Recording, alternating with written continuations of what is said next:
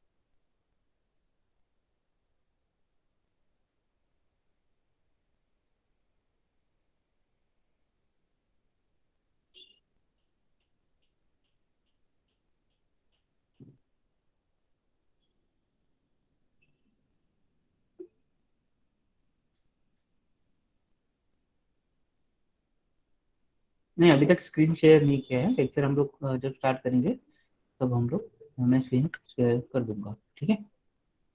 चलो हम लोग, there are almost 83-84 students, so we will start our lecture.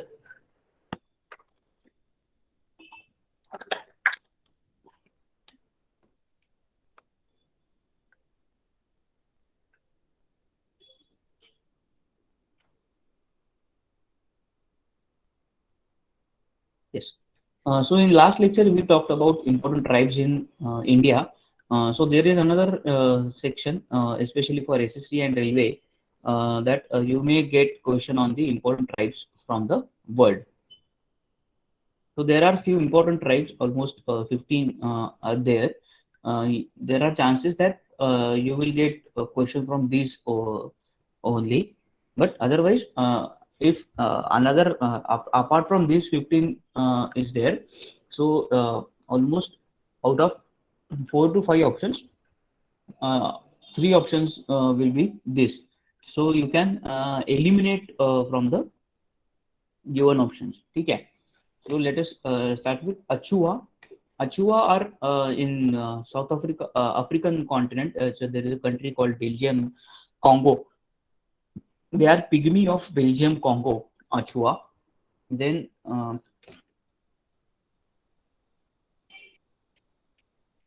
Achua. Then Bantu. Bantu is a tribe in Central Africa, Central African region. Bora is a tribe in Brazil country. Berber. Berber is tribe in North Africa, North African part. Chukchi, it is a it is a tribal population in Russia. At the same time, it is a peninsula, right? So Chukchi, there is a peninsula also name. So in current context, this becomes important because of Ukraine and Russia war going on. ठीक है.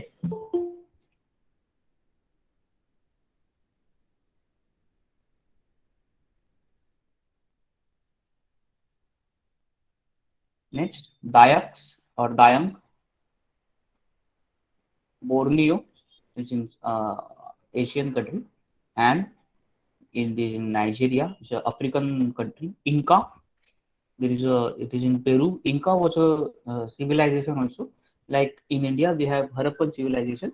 So in South America, there was a Inca civilization. So that tribal people of belongs to that civilization are called Inca people. Okay, Inca tribes.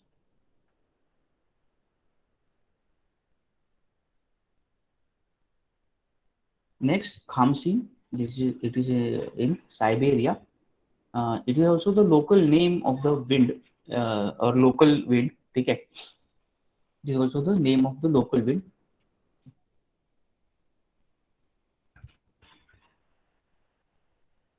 Then Cuba. This is in Sumatra. Maori. It is in New Zealand. Very important. Maori, New Zealand. Ainu. It is in Japan. Bindibu. It is in Australia. Very important. Zulu. It is in South Africa. And Vedda. It is in Sri Lanka. Veddas in Sri Lanka have smallest head.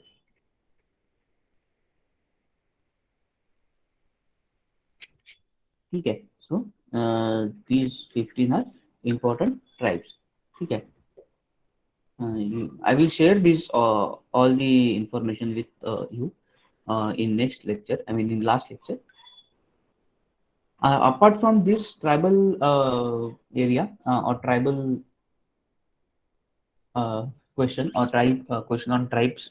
Okay, you can expect question on dance forms, especially folk dance. But before moving to folk dance, let us go through the classical dance. So in India, dance is a art of dance is divided into two parts. Generally, it is a classical dance or folk dance. Okay, it is a classical or folk. So this is important from banking point of view also. I mean, especially for bank examination, and this is also important from staff selection commission. This is also important from railway exam. Okay, those who are appearing for all these examinations, this is very important from all the examination that you are appearing. So classical dance form, generally Ministry of Culture recognizes particular dance as a classical dance. Now there are eight classical dances in India recognized by this ministry. So important one. So what type of question can be asked at? So Bharatnatyam belongs to which state or originated in which state? So Bharatnatyam is performed, or any classical dance for that matter, is performed all over India nowadays. But it was originated in a particular state. Like for example, Bharatnatyam was originated and developed in Tamil Nadu, and from Tamil Nadu it spread all over India. Okay, you can expect question on exponents also. There are less chances of this question, but you can expect such question. These are very few important personalities associated with Bharatnatyam. You can expect or you can add exponents of Bharatnatyam or any dance form for that matter, especially classical dance form from current affairs. If it is in news in current affairs, you can add to your notes. E. Krishnaswamy Iyer, it is and Rukmini Devi Arundel. Rukmini Devi Arundel, they are exponents. Exponents means what? They are famous personalities who are expert of this particular classical dance. Then Nanjor Natyam is a subtype of Bharatnatyam. So you can expect a question like which the Bharatnatyam is a subtype of which classical dance. Okay. Then the Kuchipudi. Kuchipudi belongs to Andhra Pradesh. Kuchipudi belongs to Andhra Pradesh. I mean, it is originated in Andhra Pradesh. Famous exponents of Kuchipudi are Siddhendra Yogi, and Ragini Devi. Siddhendra Yogi and Ragini Devi. Then Kathakali. Kathakali originated in Kerala and developed in Kerala. Famous exponents are V.N. Menon, Mukunda Raj, and Gopinath. Okay, he was also a famous actor, but Kathakali, V.N. Menon, Raj, and this Gopinath. Mohiniyattam. Mohiniyattam is also belongs to Kerala. Kerala. Famous exponents are Sunanda Nair and Madhuri Amma. Sunanda Nair and Madhuri Amma. So then Odissi, as the name suggests, it belongs to Odisha. Odisha.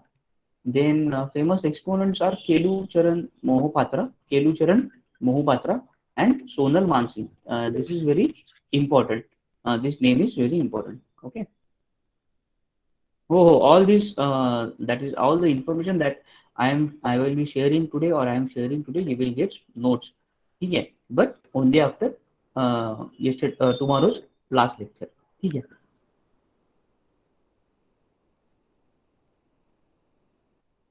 Then Manipuri, as the name suggests, it belongs to Manipur. It is the only classical dance form recognized from Northeast India. All the classical dances were once a folk dances, but like Manipuri also was a folk dance. It is a type of dance at the same time. Uh, it is a sort of a martial art also, type of a martial art also. So it is performed mainly in Manipur, and there are famous exponents, or the personalities that were instrumental to earn status of classical dance to Manipur were Nayana and Ranjana. Nayana and Ranjana. Nayana and Ranjana. Then Kathak. Kathak is the one of the most famous classical dance form in India, and most uh, expressive dance form, or one of the most expressive dance form in the world also. Okay. All these classical dances, especially Bharatnatyam, Kuchipudi, Mohiniyattam, and Kathak, are famous all over the world. Okay. Uh, you can observe the classical tuitions or classical dance institutes in various other countries, USA, Australia, and all the other things. Okay. So they are very famous worldwide. So exponents, Kathak is Uttar Pradesh. It is only classical dance from North India. Rest are from South India, and Manipur is from Northeast. Birju Maharaj was very famous because he has just passed away. So we can expect question ki Birju Maharaj belong to which classical dance form? Then Birju Maharaj and Lachu Maharaj. Then Saptaria. Saptaria belongs to Assam. This is also one of the recently recognized classical dance as Manipur. So before it was a folk dance, now it is recognized as a classical dance. It is a combination of dance, drama, and martial art. Okay. The rest, most of the classical dance forms like Bharatnatyam and other things are a combination of dance plus drama. Okay. There is a dance plus there is a certain drama or story, mostly from Ramayana and Mahabharata. But in addition with dance and drama, Sattarya is also a type of a martial art, or it's a martial art is also part of a Sattarya. Okay, it is performed in Assam. Next, folk dance. Now, folk dances, generally classical dances are basically recognized by the government of India, and they are generally open to all or universal in nature, and like anyone can learn them and practice them, and gain the expertise in the dance. But folk dances are generally performed by the local people of that particular community, or the particular region. Okay. Like in Konkan, we all have the Gajan Nrutya or Bala dance. Okay. It is performed by the typical that especially in Konkan region, the Gajan Nrutya. Vagara. ठीक है. Like Lavani is also a folk dance. So generally it is performed by women, and it is more famous in western Maharashtra and south part of Marathwada region. ठीक है. So ठीक है. So let us see. There are in the list I have given 100 so 20 to 25 dance forms or classical dance forms. ठीक है. Let us see one by one. It is name is Chao. It is performed in Odisha, Jharkhand, and West Bengal. It is a sort of a shadow dance. It is with the use of puppets and other things. It is performed. Tarangamay, it is in Goa. Very important because of the elections that are going in. Kalbelia, it is very important. It is from Rajasthan. Then Charba, it is from Himachal Pradesh. Very important. Generally, folk dances or any other things that is very peculiar can be asked from Northeast region or Himalayan states and southern states.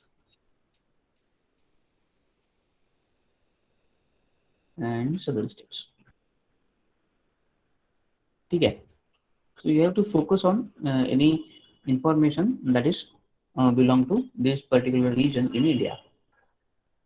Charba, Himachal Pradesh, Dadra, Uttar Pradesh, Javra, Madhya Pradesh, Matki, Madhya Pradesh, and Chhattisgarh. Then Gaur Moria, it is very important. Gaur Moria, again Chhattisgarh. Alkap, Jharkhand. Jat Jatin, Paika, Odisha. Paika, very important. Odisha. Jat Jatin, Bihar. Jat Jatin, Bihar. Bihu, very important. Assam. Thangta, very important. Manipur. ठीक है. थांगता, मणिपुर. ठीक है. Next is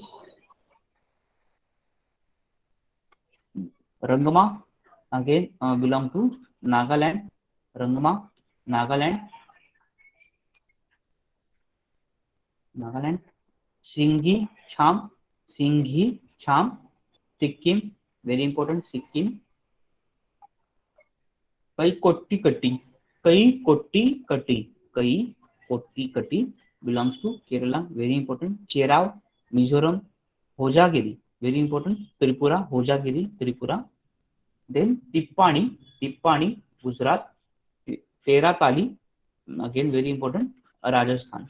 Tera Tali, Rajasthan. ठीक है.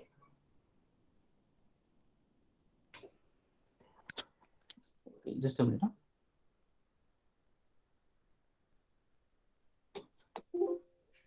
Now is my voice clear, or may I speak more louder, or I should speak more louder?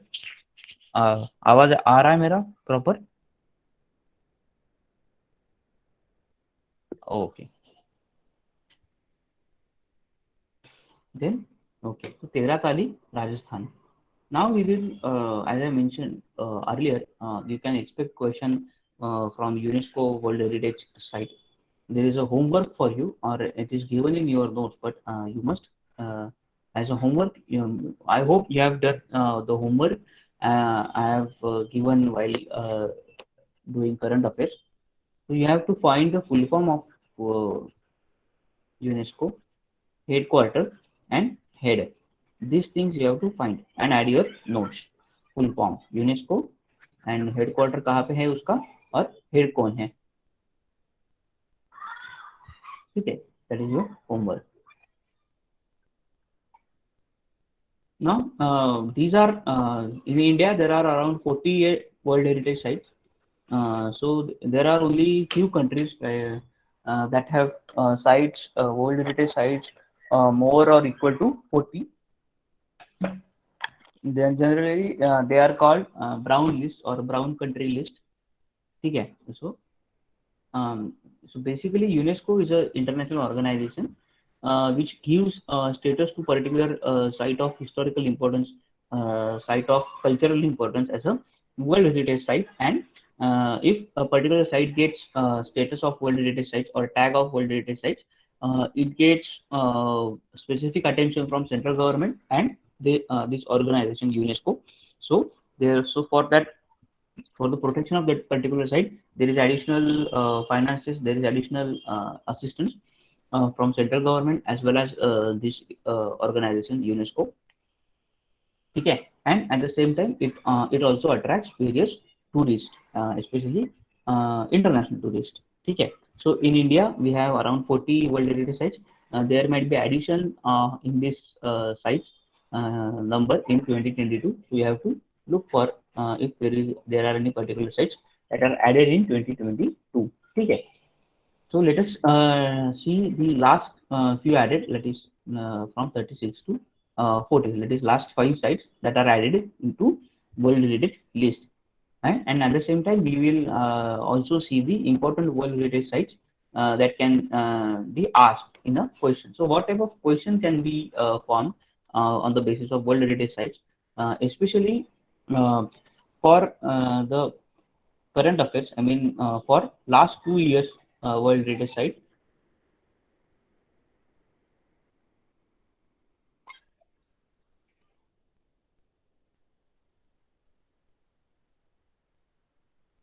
Okay, or they can ask the question on site and state. Okay, this is the simpler question, or they can ask the statement based question on sites.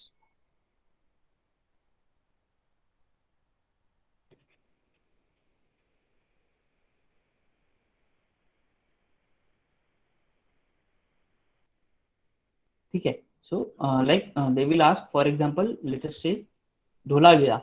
Okay, Dholavira, Dholavira. So what type of question can be asked? So simplest type of question is Dholavira World Heritage Site is in which state? Okay, this type of very simple question, or statement based question, like first statement can be this: the Dholavira World Heritage Site belongs to say for example Rajasthan. Okay, so it is a wrong statement, so it belongs to Gujarat. Okay, and it is a ancient Harappan site in India around 5,000 years back. There was a mature or very well developed civilization called Harappan civilization or Indus Valley civilization, IVC or Indus Valley civilization. Okay. Yes, United Nations Educational, Scientific and Cultural Organization. Very good.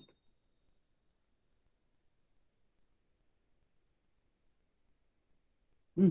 So IVC or Indus Valley Civilization. So there was a in this particular site, Dholavira.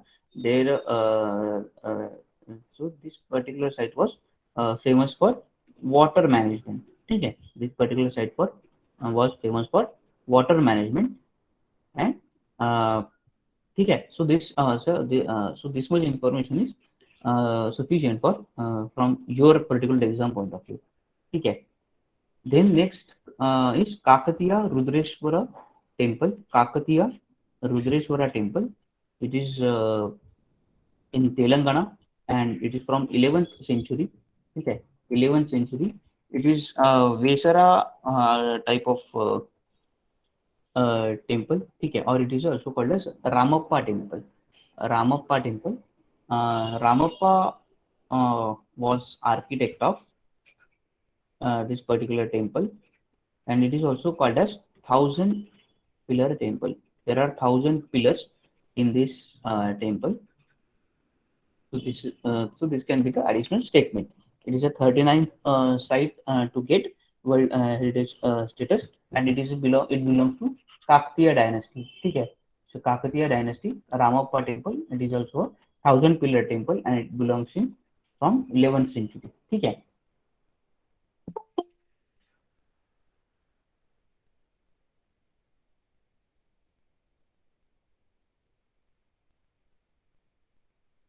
Then 38 site was Jaipur.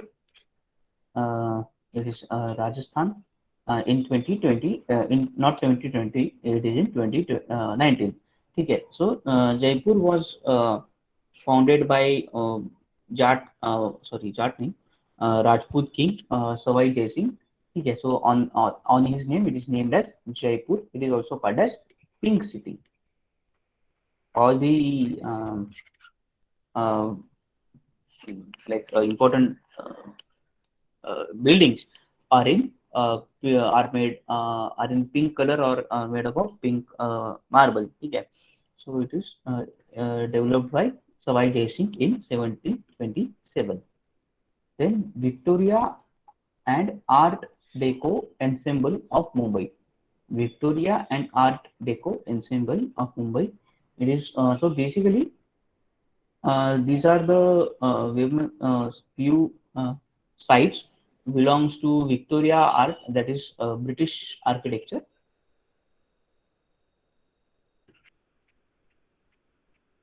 ठीक है, British architecture. And you can they so like fort for example or GPO.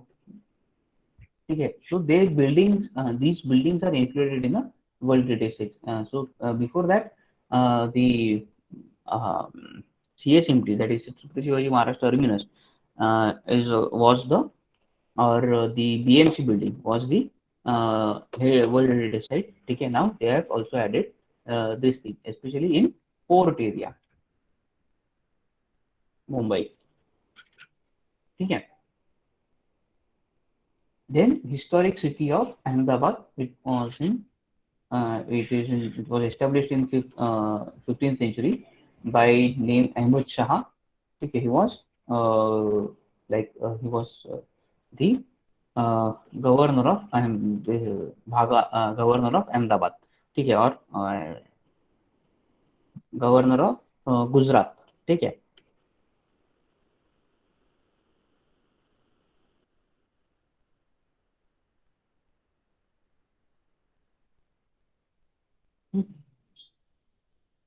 तो this was the important. ठीक है. these are again okay. So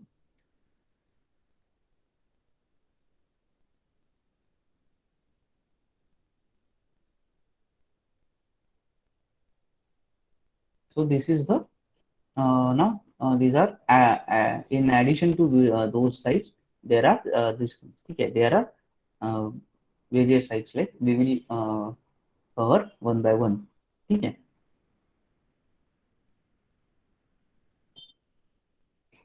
Now first is Sun Temple. So simple question, where it is located. That is the only question that can be asked. So Sun Temple, it is in Konark in Orissa. Konark, Orissa.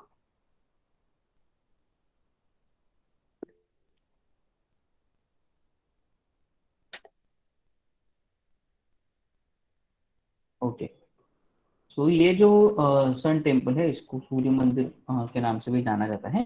तो ये world heritage site है, यानी जागतिक वारसा स्थल. ठीक है. जागतिक वारसा स्थल है ये, यूनेस्को द्वारा डिक्लेयर किया गया हुआ. ठीक है. सन टेम्पल कोणार्क में है ये, और किस राज्य में है? ओडिशा में है. ठीक है. उसके बाद group of monuments at Mahabalipuram. Mahabalipuram में स्पेशली जो शैवाइट टेम्पल्स हैं. शैवाइट टेम्पल यानी शिवा के टेम्पल है, शिव के, तो उनको वर्ल्ड हेरिटेज का दर्जा दिया है, यानी. ठीक है. और ये कहाँ पे है? तमिलनाडु पे है. Then Khajuraho temple. Khajuraho temple Madhya Pradesh में है. Then group of monuments at Hampi. ये बेसिकली ये जो हमारा जो विजयनगर साम्राज्य था उसका ये कैपिटल था. ठीक है.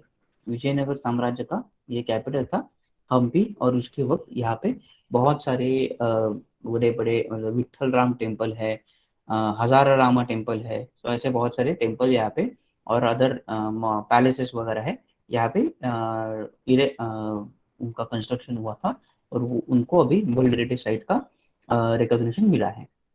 देन मधुबनी, ये बेसिकली ये जो बुद्धिस्ट आर्किटेक्चर है जिसे हम लोग कहते हैं, जो बुद्धा की जो अलग अलग कथाएं है या फिर बुद्ध का जो जीवन है इसमें यहाँ पे उस कॉम्प्लेक्स में, टेम्पल कॉम्प्लेक्स में दिया है. ये कहाँ है? बिहार में है. Rock shelters of Bhimbetka.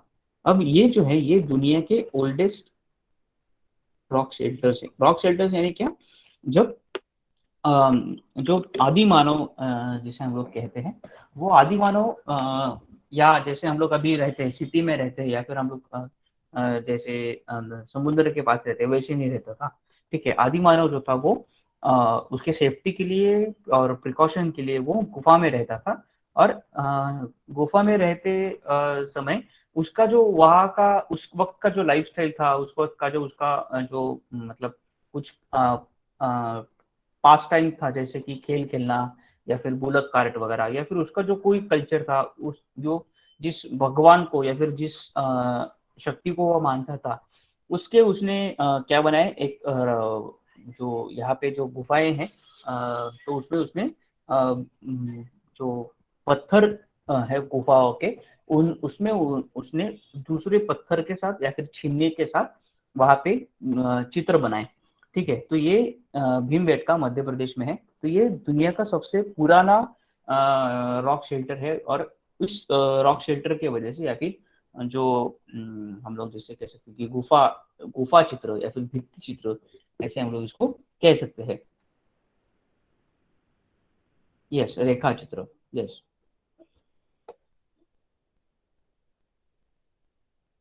ठीक है, तो ये वहाँ पे किया गया था। ठीक है, तो इतना आपको पता है तो बहुत है। जंतर मंतर ये जयपुर में है। जंतर मंतर ये एक जो हम कहते हैं कि ऑब्जर्वेटरी, ठीक है, जो वेधशाला जिसे हम लोग कहते हैं, वेधशाला, ये एक है। ठीक है।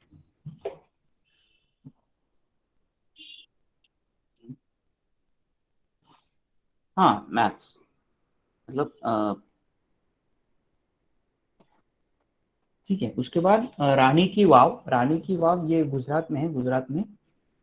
तो एक प्रकार का स्टेप पे है, ऐसे स्टेप स्टेप स्टेप स्टेप करके बाद में वेल। सो ये बहुत एंशिएंट, मतलब जो भारत का एक बहुत ही रिच ऐसा एक साइंटिफिक अचीवमेंट है, साइंटिफिक उसका एक हम लोग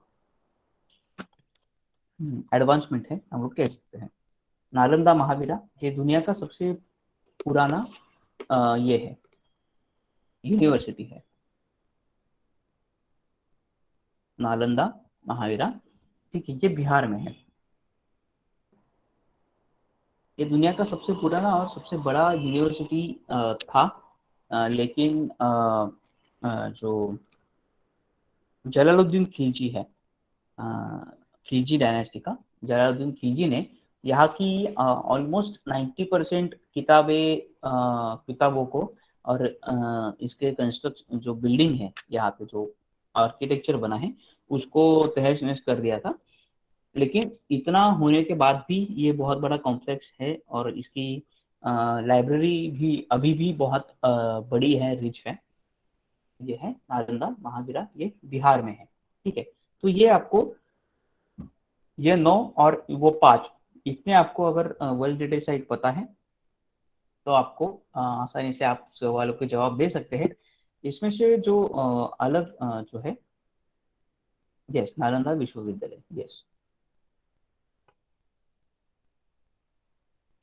इसमें से मतलब ऐसे भी है 40 में से कि यहाँ पे नहीं दिए गए हैं। लेकिन वो मतलब बहुत ही ज्यादा फेमस है, कि जैसे कि दार्जिलिंग कहाँ पे है, ताजमहल कहाँ पे है, तो वो उतने ज्यादा नहीं पूछेंगे। ठीक है, इनके चांसेस ज्यादा है पूछने के, तो इसके लिए ये अ, जो सिलेक्ट करके ये दिए हैं, ये हम लोग जैसे हम लोग कहते हैं कि वेरी इंपॉर्टेंट, वैसे वो है। उसके साथ ही इन 40 के साथ ही मतलब ये जो है जो यूनेस्को है, वो कई जो साइट्स है या फिर जो कई ऐसी प्रैक्टिसेस है, उनको कल्चरल हेरिटेज यानी एक सांस्कृतिक जो हमारा वारसा होता है, सांस्कृतिक जो हमारा इतिहास होता है, उसके बारे में उनको एक रिकॉग्निशन देने के लिए, या फिर उनको एक प्रोटेक्शन देने के लिए, उनका उनकी डेवलपमेंट के लिए ये एक यूनेस्को देता है। तो उसमें से कुछ यहाँ पे दिए हैं, मतलब ऑलमोस्ट सभी हैं। तो आप वहां से इसमें से आपको भी ये क्वेश्चन पूछा जा सकता है कि कुडियट्टम। ठीक है, कुडियट्टम देखिए, ये एक संस्कृत थिएटर है। तो बेसिक डिफरेंस क्या है वर्ल्ड हेरिटेज और कल्चरल हेरिटेज साइट में? ये जो वर्ल्ड हेरिटेज साइट है, जैसे कि नालंदा महावीरा है, नालंदा महावीरा आप जाके वहां पे जाके उस प्लेस पे जाके आप उसके कंस्ट्रक्शन को उसको छू सकते हैं, उसको देख सकते हैं, ठीक है। या फिर आप रानी की वाव, अगर आप रानी की वाव में जाते हैं, उस जाते हैं अहमदाबाद के आसपास, तो वहां पे आपको उस वाव में आप जा सकते हो, आप उसको छू सकते हो, देख सकते हो। लेकिन ये जो कल्चरल हेरिटेज साइट है उसको आप छू नहीं सकते, उसको सिर्फ आप महसूस कर सकते हो, देख सकते हो, उसका आनंद उठा सकते हो। ठीक है, ऐसी ये कुछ प्रैक्टिसेस है, उनको हम यूनेस्को ने क्या किया है, कल्चरल हेरिटेज साइट का स्टेटस दिया है। तो उसमें पहला है इम्पोर्टेंट कुडियाट्टम, ये एक संस्कृत थिएटर है और ये केरला में है, अभी भी ये परफॉर्म होता है, ठीक है। रामलीला जो हर साल होती है, रामलीला दिवाली के आसपास उत्तर प्रदेश में, ये हर जगह उत्तर प्रदेश में हर जगह पे होती है, कोई रामलीला के ग्रुप भी होते हैं, लेकिन ये रामलीला जो एक प्रोग्राम है उसको कल्चरल हेरिटेज का दर्जा मिला है। रमन ये भी एक फेस्टिवल की टाइप है, ये इसको उत्तराखंड में सेलिब्रेट किया जाता है। मुडियट्टू ये एक डांस है और मार्शल आर्ट है, ठीक है, डांस और मार्शल आर्ट है, ये केरला में हम लोग सेलिब्रेट करते हैं। कालबेलिया हम लोगों ने ऊपर देखा था, ये राजस्थान में है, ये एक प्रकार का फोक डांस है, क्या है, फोक डांस। छाव, इसको भी हमने देखा था, एक प्रकार का ये फोक डांस भी है और उसके साथ साथ ये एक मार्शल आर्ट भी है। उड़ीसा, वेस्ट बंगाल और झारखंड, इन 3 राज्यों में ये किया जाता है। उसके बाद बुद्धिस्ट चैंटिंग, जो बुद्धिस्ट मॉन्क्स जो है लद्दाख में, वो जो महाराष्ट्र मधला याच्यात इसमें महाराष्ट्र में इसमें नहीं दिया है, ठीक है, कल्चरल हेरिटेज में नहीं है, जो इम्पोर्टेंट है वो मेरे आपके नोट्स में है, ठीक है। बुद्धिस्ट चैंटिंग जो होते हैं, यानी जो मंत्र पठन हम लोग जिसको कहते हैं, जो मॉन्क होते हैं बुद्धिस्ट, वो जो मंत्र पढ़ते हैं, उस प्रैक्टिस को लद्दाख में जो होता है उसको कल्चरल हेरिटेज का दर्जा दिया गया है। संकीर्तना, संकीर्तना ये मणिपुर में होता है, ये हमने देखा, ये क्लासिकल डांस और ड्रामा और ये है, ठीक है।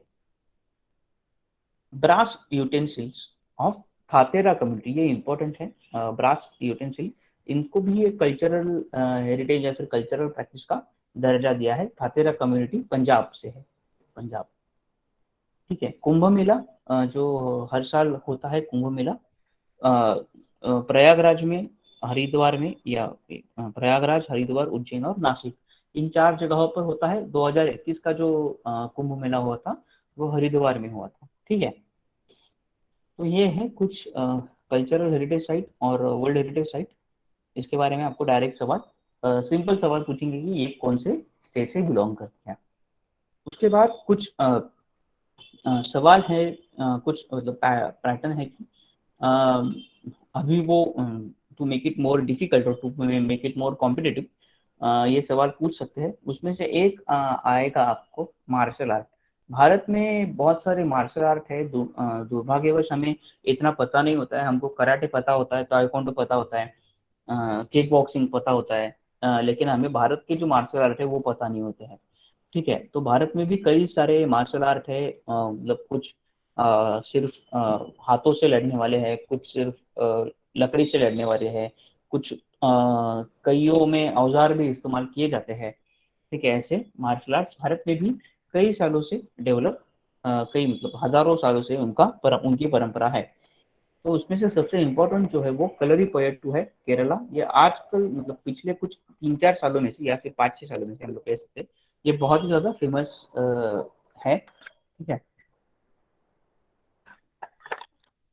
कलरी पयट्टू। उसके बाद सीलाम्बन, ये भी एक तमिलनाडु में बिलोंग करता है। थांगता और सरित सारक, ये दोनों एक कॉम्बिनेशन में किए जाते हैं, थांगता और सरित सारक, ये मणिपुर से बिलोंग करते हैं। देन चैबी गढ़गा, चैबी गढ़गा ये भी मणिपुर से बिलोंग करते हैं। थोड़ा, ये हिमाचल प्रदेश से बिलोंग करता है, जो ये है मार्शल आर्ट का प्रकार है। इनबुआन रेसलिंग, इनबुआन रेसलिंग ये नाम नहीं है, रेसलिंग का नाम है, मिजोरम से बिलोंग करता है ये। उसके बाद किरिप साल्डू, किरिप और साल्डू ये दो अलग अलग नाम है। ये निकोबार आइलैंड में किए जाते हैं, अंडमान निकोबार, ठीक है इसमें। तो इसी तरह से ये आपको क्या पूछा जाएगा, वर्ल्ड हेरिटेज साइट है, कल्चरल हेरिटेज साइट है, मार्शल आर्ट है, फोक डांस है, उसका स्टेट कौन सा है, क्लासिकल डांस का स्टेट कौन सा है, पर्सनैलिटी कौन सा है, और फेस्टिवल, फेस्टिवल हम लोग अभी देखते हैं कि जो फेस्टिवल्स के बारे में भी आपको सवाल डायरेक्टली वन लाइनर पूछा जाएगा। ठीक है, तो हम लोग अभी देखते हैं फेस्टिवल्स। तो भारत में कई सारे फेस्टिवल्स है, भारत एक फेस्टिवल का देश माना जाता है। तो इतने तो हम हजारों फेस्टिवल से इतने तो हम लोग नहीं कर सकते। तो इसके लिए मतलब मैंने फोकस यहाँ पे जो किया है वो स्पेशली जो नॉर्थ ईस्टर्न स्टेट है और जो सदर्न स्टेट है, यहाँ पे नॉर्थ ईस्टर्न स्टेट के जो फेस्टिवल हैं वहाँ पे उनको कवर करने की कोशिश की है। और जो अगर आपके करंट अफेयर्स के मैगजीन में ये कवर, जो अदर स्टेट्स हैं उनकी ये आपके करंट अफेयर्स के मैगजीन में कवर हो जाएंगे। ठीक है,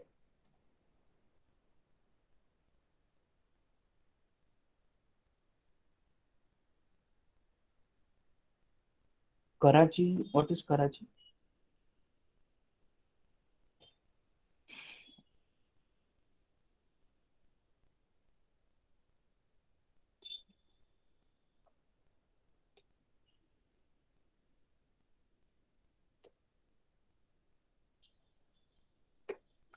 ठीक है, तो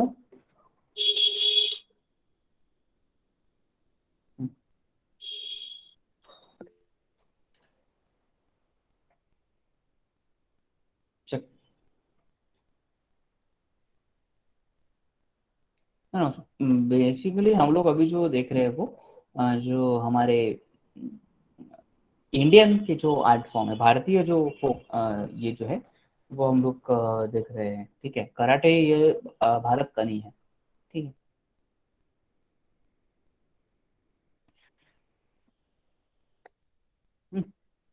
इम्पोर्टेंट फेस्टिवल देखिए, सागा दवा, ये सिक्किम से यहाँ पे सिक्किम में ये सेलिब्रेट होता है। देन लुसुंग सिक्किम में होता है, लुसुंग सिक्किम में होता है। हॉर्नबिल ये नागालैंड में होता है। मौत्सुमू, मौत्सुमू ये नागालैंड में होता है।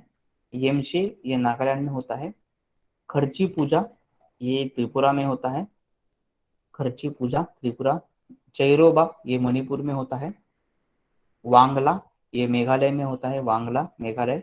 खांग चिंगबा, खांग सॉरी कांग चिंगबा मणिपुर में होता है। अम्बुबाची मेला ये आसाम में होता है, अम्बुबाची मेला आसाम। सिक्रेनी, सिक्रेनी ये नागालैंड में होता है। माजुली ये आसाम में होता है, इम्पोर्टेंट है, ये भी इम्पोर्टेंट है। अ, उसके बाद लुई एंगेनी, लुई एंगई नी नागालैंड में होता है। द्री अरुणाचल प्रदेश में होता है, और लोसार अरुणाचल प्रदेश में होता है। और खान, और ये भी अरुणाचल प्रदेश में ही होता है। ठीक है, ये इम्पोर्टेंट है। और आकर जो कल्चरल जो हेरिटेज है या फिर जो फेस्टिवल है वो आपको करंट अफेयर के मैगजीन में आपके कवर हो जाएंगे। ठीक है, ये इम्पोर्टेंट है।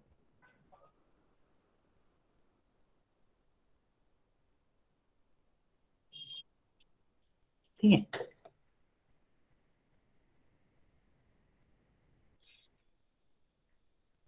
तो डांस फॉर्म फेस्टिवल ये आप कहाँ से और कर सकते हो, करंट अफेयर।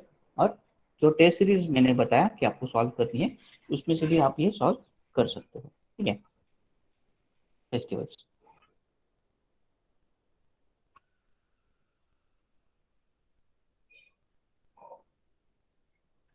ठीक है।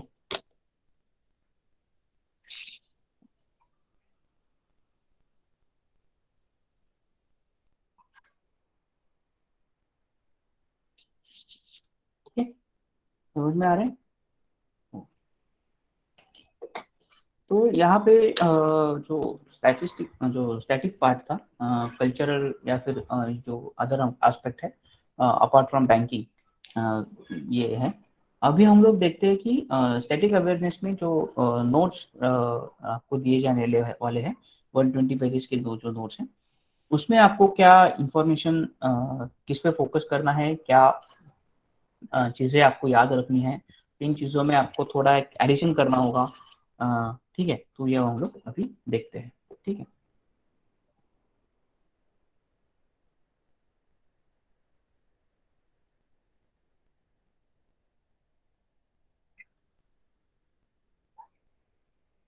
सो बेसिकली इसके ये जो नोट्स है, इसके दो सेक्शंस है। एक सेक्शन जो बैंकिंग अवेयरनेस से बिलोंग करता है, और एक सेक्शन जो है वो जनरल अवेयरनेस या फिर स्टैटिक अवेयरनेस से बिलोंग करता है। पहले हम लोग ये कवर करते हैं, और उसके बाद हम लोग स्टैटिक अवेयरनेस में जो भी है वो हम लोग कवर करेंगे। ठीक है, बैंकिंग अवेयरनेस में जो है वो कवर करेंगे। यहाँ पे आपको डायरेक्टली सवाल बन सकते हैं कि कैपिटल तो नहीं पूछेंगे, चीफ मिनिस्टर जो अभी भारत में अब जो न्यूली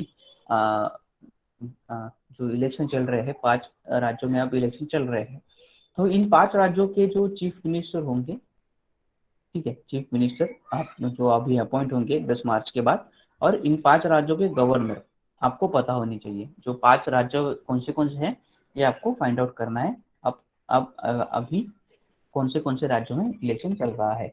दो का नाम मैं बताता, तो एक तो अपना उत्तर प्रदेश है, और गोवा है। इन दो राज्यों में इलेक्शन अभी चल रहा है। उसके साथ साथ पंजाब भी है, और ठीक है, तो ये 3 मैंने बता दिए आपको, और 2 फाइंड आउट करने हैं। ठीक है, अब चल रहे हैं इलेक्शन, 10 मार्च को इसके रिजल्ट आने वाले हैं। 10 मार्च को इसके रिजल्ट आने वाले हैं। तो आपको क्या करना है कि ये जो है ये नोट्स आपको कल मिलने के बाद आप शुरुआत पढ़ने की शुरुआत यहाँ से कीजिए।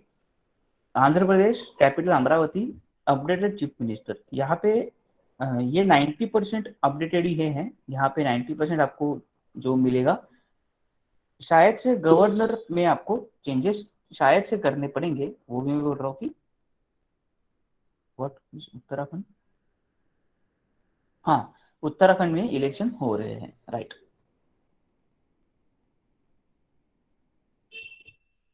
ठीक है। सो देखिए, अमरावती एक कैपिटल है इसका, आंध्र प्रदेश का। इसके चीफ मिनिस्टर है वाई एस जगनमोहन रेड्डी। इसके जो गवर्नर हैं विश्वभूषण हरिचंदन, ये अपडेटेड, लास्ट अपडेटेड है। ये 3 महीने पहले अपडेट किया था, 3-4 महीने पहले। अभी इसके शायद अगर बदल गए होंगे, क्योंकि बीच में दिसंबर में भारत ने कुछ 16-17 गवर्नर्स का अपॉइंटमेंट या फिर रिशफल किया था। ठीक है, तो ये आपको वहां पे सिर्फ ये अपडेट करना होगा कि अगर विश्व भूषण, आपको क्या करना है, सिर्फ आंध्र प्रदेश विकिपीडिया देखना है, या फिर आंध्र प्रदेश गवर्नर, तो आपको डायरेक्टली नेम आ जाएगा गूगल में से। तो यह सिर्फ आपको यहाँ पे अपडेट करना है। ठीक है, वैसे ही हर स्टेट का आपको करना है। 90% जो होगा वो सिमिलर होगा। अगर कुछ चेंजेस है यहाँ पे, मतलब चीफ मिनिस्टर और इसमें, तो आप आपके नोट्स में उसको आप अप कर लीजिएगा। ठीक है।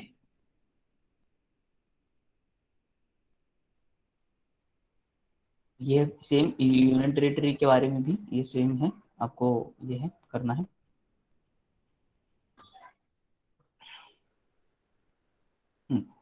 ये जो है ये बहुत ही ज़्यादा इम्पोर्टेंट है।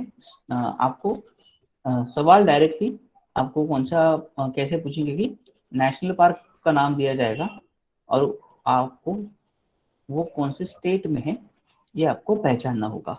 ठीक है, ये आपको वन लाइनर सवाल हमेशा, मतलब बैंकिंग या फिर स्टाफ सिलेक्शन के कोई भी एग्जाम हो, रेलवे की कोई भी एग्जाम हो, आपको हमेशा एक सवाल कम से कम ये आपको इस पे रहेगा। ठीक है।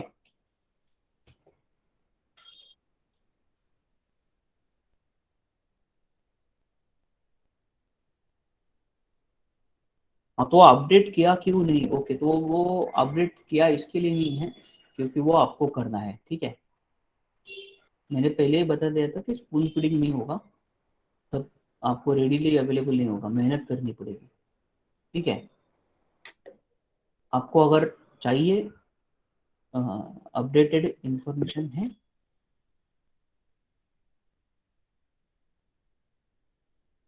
जो नहीं नहीं, हिंदी में नहीं है नोट्स, सिर्फ इंग्लिश में है नोट्स, हिंदी में नहीं मिलेंगे।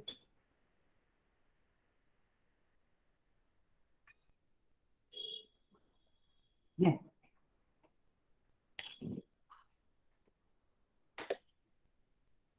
ओके। सो ये आपको ये जो पूरा ये फैक्चुअल डेटा है, ये आपको बाय हार्ट करना होगा। ठीक है।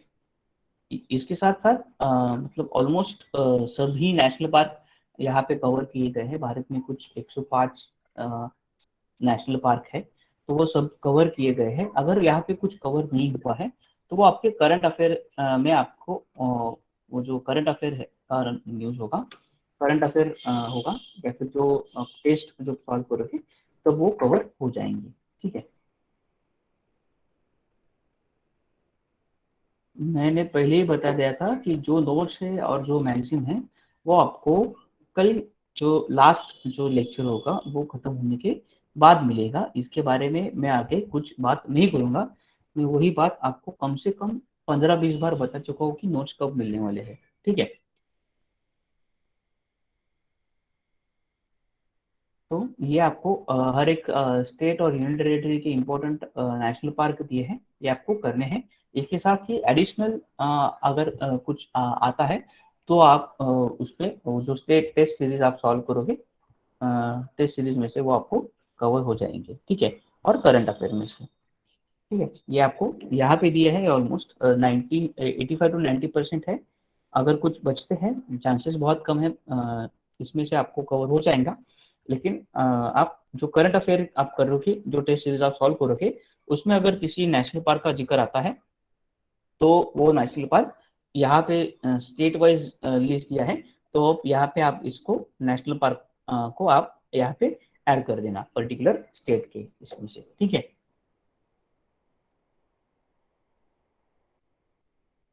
ये अलग अलग नेशनल पार्क हैं हर एक के स्टेट के, महाराष्ट्र के भी है।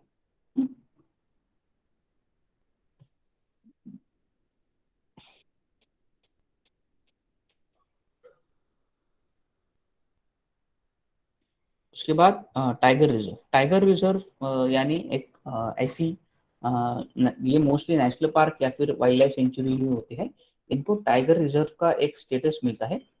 और ये जो टाइगर रिजर्व है, ये जनरली एक मिनट, यहाँ पे मैं बताता हूँ। जो टाइगर रिजर्व है,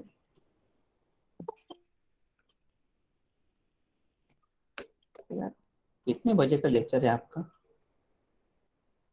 आपका लेक्चर 8 बजे का है और आप 9 बजे ज्वाइन हो रहे हो, या पहली बार ज्वाइन हो रहे हो, या पहले ज्वाइन हुए थे बाद में लेफ्ट हो गए आप फिर से ज्वाइन हो रहे हो? अभी जो कौन आया, अभी जो आए, वो पहली बार आए हैं लेक्चर को, या फिर पहले भी आए थे और अब फिर से ज्वाइन रीज्वाइन हो रहे हैं? अगर आप पहली बार आए हो, तो एक तो आप क्यों आए हो, 8 बजे का लेक्चर है, आप 9 बजे आ रहे हो। ठीक है। रीजॉइन हो रहे हो तो अलग बात है, नेटवर्क का प्रॉब्लम है, मैं समझ सकता हूँ। लेकिन आप पहली बार ही 9 बजे आ रहे हो लेक्चर में, 8:30 बजे, मैंने देखा कि कोई कोई लोग 8:30 बजे आ रहे हैं। ठीक है। आपके प्रोफेशनलिज्म आप बहुत कम है। ठीक है। ऐसा नहीं होगा, होना चाहिए आप मतलब। ठीक है, मैं 8 बजे का लेक्चर 8:05 8:10 में समझ सकता हूँ, आई कैन इवन अंडरस्टैंड 8:15। लेकिन 8:30 बजे ये कोई वक्त नहीं होता है लेक्चर को आने का। एक तो ऑनलाइन होता है, आपको कोई ट्रैवल नहीं करना है, कुछ नहीं करना है, घर पे बैठ के आप जैसे भी, ठीक है, ऑनलाइन लेके अटेंड करना है, तो उस जो घर पे बैठ के अटेंड करना है उसको तो कम से कम टाइम टू टाइम आया आया करो। ठीक है। नुकसान आपका होगा, मेरा नहीं होगा। ये जो रिकॉर्डेड है आपको मिलेगा, वैसी बात नहीं है कि आपको रिकॉर्डेड मिलेगा नहीं। लेकिन जो लाइव सेक्शन में अगर कुछ आपको डाउट आ गए, तो आप रिकॉर्डेड सेक्शन में मुझे डाउट नहीं पूछ सकते ना। लाइव सेक्शन में आप मुझे डाउट पूछ सकते हो, लेकिन रिकॉर्डेड में नहीं पूछ सकते हो। ठीक है। एनीवेज, तो ये जो टाइगर रिजर्व के बारे में मैं बात कर रहा था, ये इनमें फर्क क्या होता है कि ये जो टाइगर रिजर्व होते हैं, ये गवर्नमेंट, आई एम सॉरी, ये गवर्नमेंट ही करते हैं। लेकिन जो एनटीसी है, नेशनल टाइगर कंजर्वेशन अथॉरिटी, ये प्रोजेक्ट टाइगर के अंडर 1973 में इसका गठन हुआ था। तो इनका जो एडमिनिस्ट्रेशन है ये एनटीसी करता है, सिर्फ यही फर्क है। अगर वाइल्ड लाइफ सेंचुरी हो या फिर नेशनल पार्क हो तो वो स्टेट गवर्नमेंट या फिर नेशनल गवर्नमेंट जो भी है वो करता है, लेकिन इसका जो है टाइगर रिजर्व का जो एडमिनिस्ट्रेशन है ये एनटीसी है, नेशनल टाइगर कंजर्वेशन अथॉरिटी करता है। ठीक है। हम्म। तो ये कुछ इंसेंशियल इंफॉर्मेशन है। जो भारत का सबसे बड़ा टाइगर रिजर्व है वो नागार्जुन सागर श्रीशैलम है, आंध्र प्रदेश तेलंगाना, इन दो राज्यों में है। सबसे स्मॉलेस्ट टाइगर रिजर्व बोर है, महाराष्ट्र में वर्धा डिस्ट्रिक्ट में है। और जो भारत का पहला टाइगर रिजर्व है ये मतलब 1936 में ये जिम कॉर्बेट मतलब ये वाइल्ड लाइफ सेंचुरी एस्टेब्लिश हुआ था, लेकिन 19 1973 में इसको टाइगर रिजर्व का स्टेटस मिला। ठीक है। ये है उत्तराखंड में जिम कॉर्बेट। ठीक है। तो यहाँ पे स्टेट वाइज दिया है इंपॉर्टेंट टाइगर रिजर्व। वैसे ही आपको ये फैक्चुअल इंफॉर्मेशन है। एडिशनल अगर टाइगर रिजर्व है आपके इसमें, तो आपको जो करंट अफेयर है और टेस्ट सीरीज, ये आपको करंट अफेयर और टेस्ट सीरीज में आपको ये मिल जाएंगे एडिशनल। ठीक है। आपको मिनिमम ये तो करने ही है। ठीक है। और जनरली फोकस करते वक्त जैसे कि मैंने बताया, नॉर्थ ईस्टर्न स्टेट्स। ठीक है। फोकस करते वक्त जो टाइगर रिजर्व है या फिर इसके बारे में जो भी है, फोकस करते वक्त नॉर्थ ईस्टर्न स्टेट्स, जो सदर्न स्टेट्स है वो, और हिमालयन स्टेट्स है, इन तीन रीजन में आपको फोकस करना है। यानी ऑलमोस्ट 14 स्टेट्स को आउट ऑफ 28 स्टेट्स को आपको फोकस करना है मेजर। ठीक है। रिवीजन के वक्त ऐसा नहीं है कि महाराष्ट्र के नेशनल पार्क के बारे में वो पूछेंगे नहीं, ऐसा नहीं है कि महाराष्ट्र के वर्ल्ड हेरिटेज साइट के बारे में वो पूछेंगे नहीं, लेकिन पूछेंगे, चांसेस कम है क्योंकि वो बहुत फेमस होते हैं और जनरली इजी टू रिमेम्बर होते हैं। आपका नॉलेज जज करने के लिए, आपका जो मेमोरी है वो जज करने के लिए आपको जनरली नॉर्थ ईस्टर्न स्टेट्स के बारे में पूछा जाएगा, क्योंकि उनके नाम कंफ्यूजिंग होते हैं।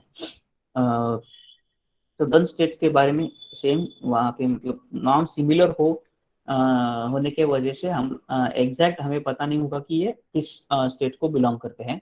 और हिमालयन स्टेट्स। ठीक है।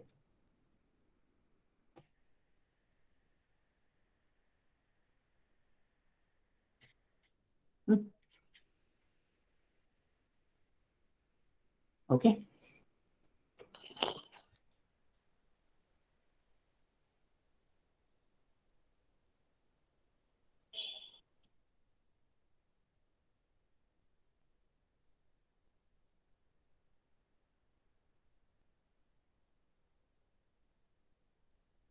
अब यहाँ पे आपको न्यूक्लियर पावर प्लांट यानी जो एटॉमिक एनर्जी है,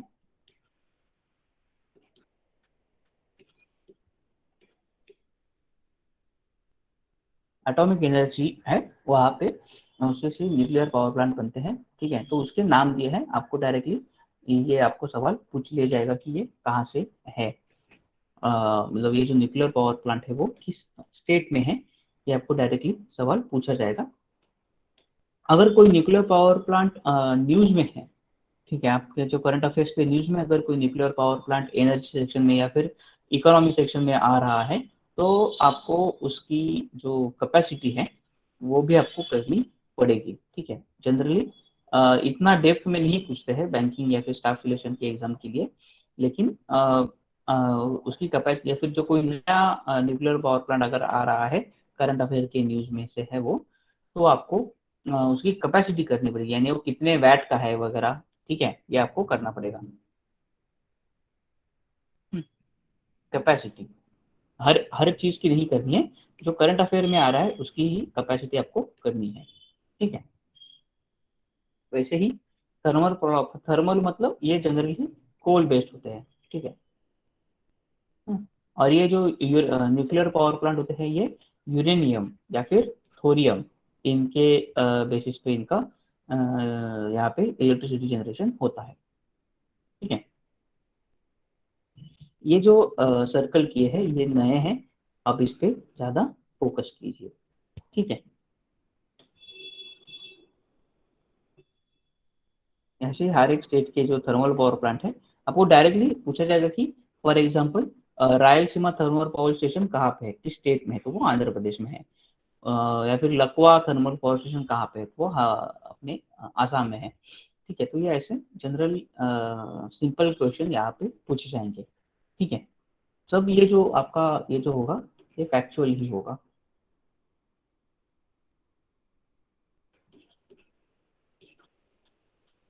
हम्म,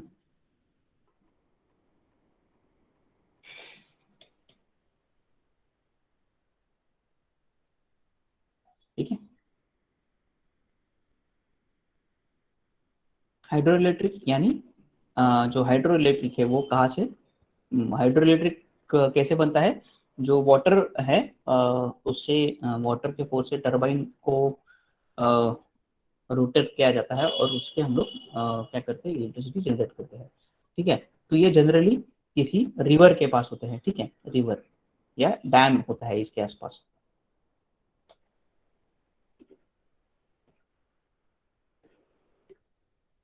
रिवर और डैम। ठीक है, तो इडुक्की ये रिवर का नाम है, ये आपको ये दिया गया है state.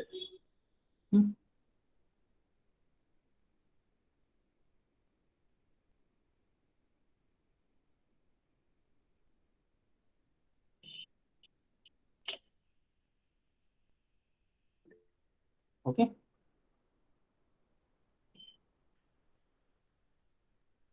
yes, the all the highlighted part you should be focusing.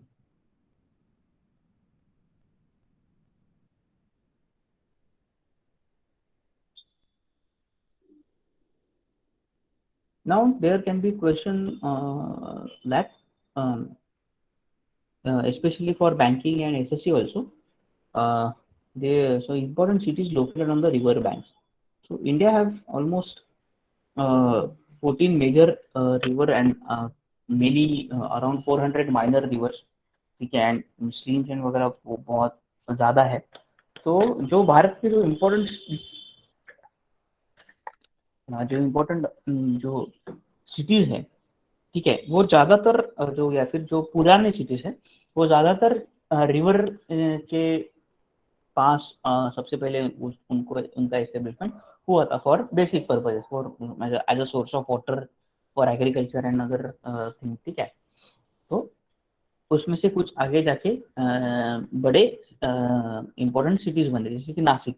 Nashik पहले गोदावरी नदी के आसपास इसका जो आप ठीक है, तो आप देखोगे कि ना गोदावरी नदी के आसपास का एरिया वहाँ पे नासिक था, लेकिन अभी आगे आगे जाके वो बहुत बड़ा शहर बन गया है। पुणे भी है, मुड़ा मुठा दो रिवर है। ठीक है, ऐसे बहुत से हैं। तो आपको जनरल में क्या पूछा जाएगा कि ये जो particular city for example Vijayawada city, Vijayawada city ये किस रिवर बैंक पे लोकेटेड है। ठीक है, यानी विजयवाड़ा सिटी में से या फिर विजयवाड़ा सिटी के बाजू में से कौन सा रिवर पास होता है। ठीक है, तो आपको ऑप्शन दिया जाएगा कि गोदावरी, कृष्णा, तुंगभद्रा, पेन्नार और नागवती, ये नागवली, ये चार ऑप्शन दिया जाएगा। तो आपको ये क्लियर कट पता होना चाहिए कि ये विजयवाड़ा है। ठीक है, जो है वो कृष्णा नदी पे है। ठीक है, अमरावती ये देखो कैपिटल है, तो ये कृष्णा नदी पे है। तो ये ऐसे इंपॉर्टेंट जो हाईलाइट किए गए हैं, ये आपको जो आपको है वो बाहर करने हैं। ठीक है,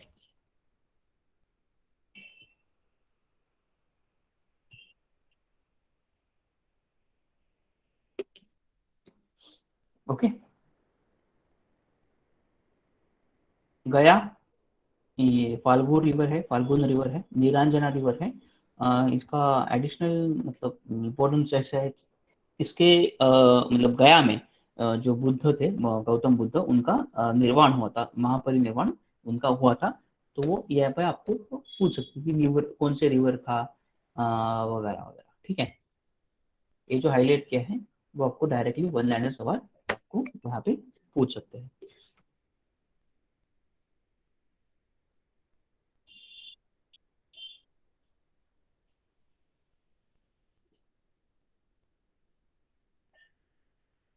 then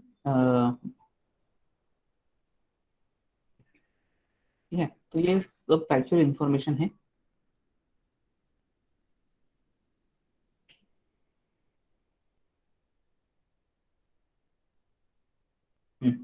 imported dams, reservoirs and reverse. तो आपको जनरली कैसे पूछा जाएगा कि दो सवाल इस पे बनते हैं। जनरली यही पूछा जाएगा कि नागार्जुन सागर डैम जो है वो कौन से रिवर पे है। ठीक है, ये ऐसे ही सवाल आपको पूछा जाएगा। चांसेस है कि निजाम सागर डैम ये कौन से स्टेट में है, ऐसे भी आपको सवाल पूछा जाएगा। ठीक है, आइदर ये इसके ऑलमोस्ट 90% चांसेस इसके ही है, ये इसके 10% चांसेस हैं, लेकिन हमें कुछ छोड़ना नहीं है, इसके लिए वो सब दिया है। ठीक है, नागार्जुन सागर ये जो हाईलाइट किए हैं, या मतलब हाईलाइट जो किए हैं सिर्फ वो नहीं पढ़ने हैं, आपको पढ़ने सभी है, लेकिन ये जो रिवीजन के वक्त हम लोग अगर बात करें तो जो हाईलाइटेड पार्ट है वो आपको रिवीजन के वक्त करना है। अगर कुछ इसमें से दिए गए हुए कुछ डैम अगर न्यूज में आ रहे हैं, करंट अफेयर में आ रहे हैं, तो आपको वो भी करने हैं, या फिर इनके अलावा अगर कोई है तो वो टेस्ट सीरीज या फिर जो करंट अफेयर है उसमें से आपको कवर वो करने हैं। ठीक है, ओके।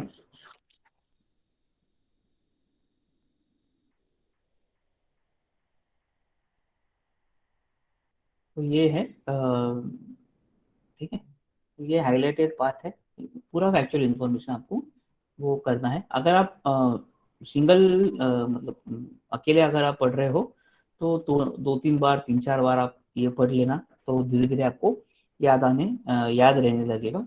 अगर आप ग्रुप स्टडी कर रहे हो आपस में ही, तो आप स्टेट डिवाइड कर सकते हो, कि जैसे कि आप चार लोग पढ़ रहे हो, तो एक दिन में दो स्टेट करता हो, आप दो, मतलब ऐसे आप ग्रुप एक्टिविटी में डिवाइड कर सकते हो।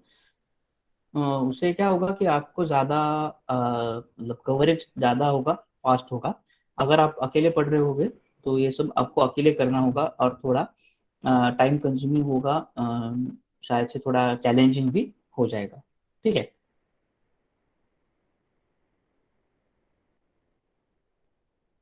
रिवॉल्यूशंस, ये जो रिवॉल्यूशंस है, रिवॉल्यूशंस का मतलब है क्रांति। ठीक है, ठीक है, रिवॉल्यूशंस का मतलब है क्रांति। जनरली रिवॉल्यूशन ये एक सडन चेंज होता है। ठीक है, लेकिन यहाँ पे हम लोग जो जिस रिवॉल्यूशंस की हम लोग बात कर रहे हैं, वहाँ पे ग्रेजुअल चेंज एक्सपेक्टेड है, और वो जनरली भारत के डेवलपमेंट में बहुत ज़्यादा कंट्रीब्यूट करने की क्षमता रखते हैं। तो आपको सवाल किस प्रकार से पूछा जाएगा कि फॉर एग्जाम्पल ब्लू रिवॉल्यूशन जो है वो किस चीज से या फिर किस फील्ड से रिलेटेड है। तो fish production, petroleum production, agriculture, cocoa, ऐसे अलग अलग ऑप्शन दिए जाएंगे। जनरली ये मतलब याद रखने के लिए बहुत सिंपल है। जनरली ब्लू रिवॉल्यूशन किससे होगा, ब्लू क्या होता है, पानी का कलर होता है, पानी में क्या होती है, मछली होती है। तो ऐसे अब लॉजिक लगा कि आप ये सब आप याद रख सकते हो। ठीक है, ग्रे रिवॉल्यूशन देखिए फर्टिलाइजर है।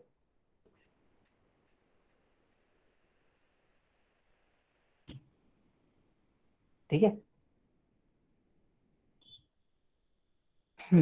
ये आपका बहुत इंपॉर्टेंट है, मतलब ये स्टैटिक पार्ट बैंकिंग में भी आएगा, और यहाँ पे भी आपको पूछा जा सकता है। ये कुछ प्राइवेट बैंक है, उनके हेडक्वार्टर कहाँ पे है, और अभी के जो है, ठीक है, मतलब ये जो यहाँ पे आपको क्या करना होगा, ये अपडेट करना होगा।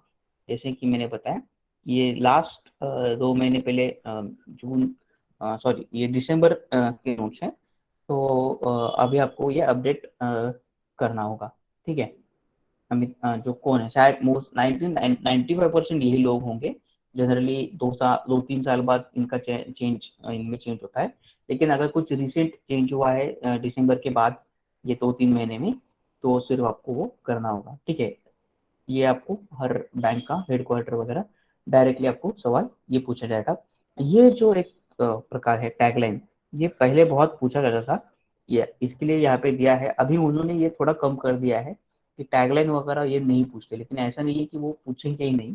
तो यहाँ पे एक एडिशनल कॉलम दिया है। अगर आपको मतलब अ, जो ये आप ये आप यहाँ पे ये पढ़ सकते हो, उस पर फोकस भी कर सकते हो, लेकिन इस पे चांसेस फिलहाल तो कम है। 2-3 साल पहले इस पे से बहुत सवाल पूछे जाते थे, मतलब 1-2 सवाल हमेशा पूछे जाते थे, स्पेशली बैंकिंग में। ठीक है, लेकिन अभी उन्होंने वो थोड़ा कम कर दिया है। ठीक है, ये प्राइवेट बैंक के हैं कुछ। उसके बाद ये आगे गवर्नमेंट बैंक के भी आपके अगले, ठीक है, ये पब्लिक सेक्टर बैंक है। पब्लिक सेक्टर बैंक के हेडक्वार्टर बी के हेड है। इनमें यहाँ पे थोड़ा आपको चेंजेस करना पड़ेगा, ठीक है, अपडेट करना पड़ेगा।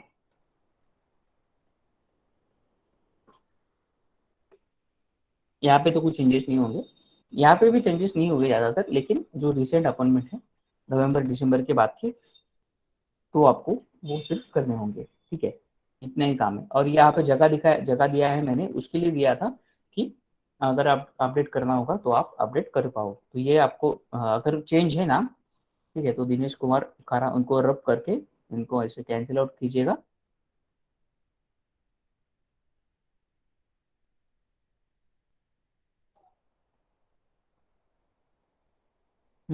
इनको ऐसे कैंसिल आउट कीजिएगा और आप ये देख सकते हो। ठीक है, नया नाम आप यहाँ पे जो नाम होगा वो आप ऐड कर सकते हो।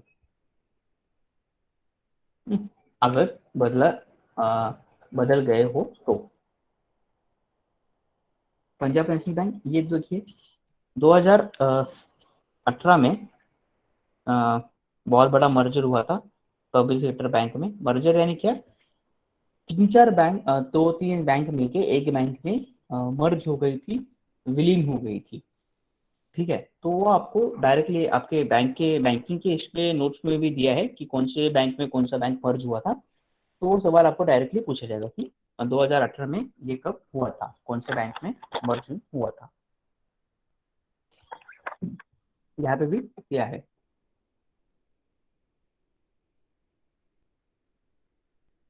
क्या एंकर बैंक यानी, अब ये जो बैंक है ये इंपॉर्टेंट बैंक है। इसका मतलब क्या है एंकर बैंक का,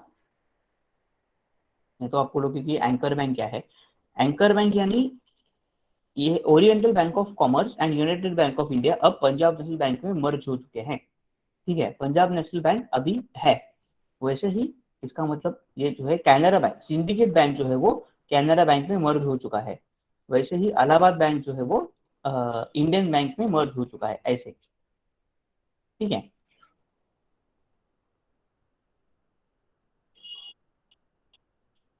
हम्म, हम्म। उसके बाद एक सवाल जनरली एसएससी या फिर रेलवे और बैंक, इन तीनों में आपको ये सवाल पूछा जाएगा कि एयरपोर्ट, जनरली ये नहीं पूछेंगे कि for example Visakhapatnam international airport कहाँ पे होगा, तो वो बहुत ऑब्वियस सवाल हो जाएगा। तो वो नहीं पूछेंगे आपको, वो क्या पूछेंगे आपको, वीर सावरकर इंटरनेशनल एयरपोर्ट कहाँ पे है, तो आपको पता होना चाहिए कि वो पोर्ट ब्लेयर में है। उसके बाद राजीव गांधी इंटरनेशनल एयरपोर्ट कहाँ पे है, तो वो हैदराबाद में है। ठीक है, ये ऐसे बेगमपेट एयरपोर्ट कहाँ पे हो, तो वो हैदराबाद में है। ऐसे आपको जो अलग नाम है, जैसे कि लोकप्रिय Gopinath Bardoli international airport, Gopinath Bardoli international airport, वो कहाँ पे है? गुवाहाटी में है, ऐसा। रूपसी है तो दुबरी, ठीक है, ये थोड़ा ओके, ये एडिट में थोड़ा ये हुआ है। ठीक है, दुबरी एयरपोर्ट कहाँ, दुबरी में कौन सा एयरपोर्ट है? रूपसी एयरपोर्ट है, ऐसे। पटना में लोकनायक जयप्रकाश नारायण एयरपोर्ट है, वगैरह वगैरह। ठीक है।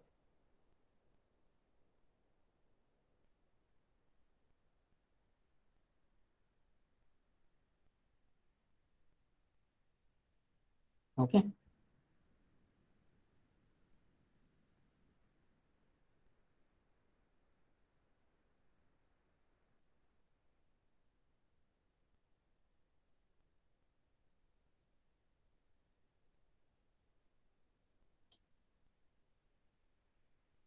सी पोर्ट यानी क्या, जो बंदर हम लोग होते हैं ना, उनको सी पोर्ट कहते हैं।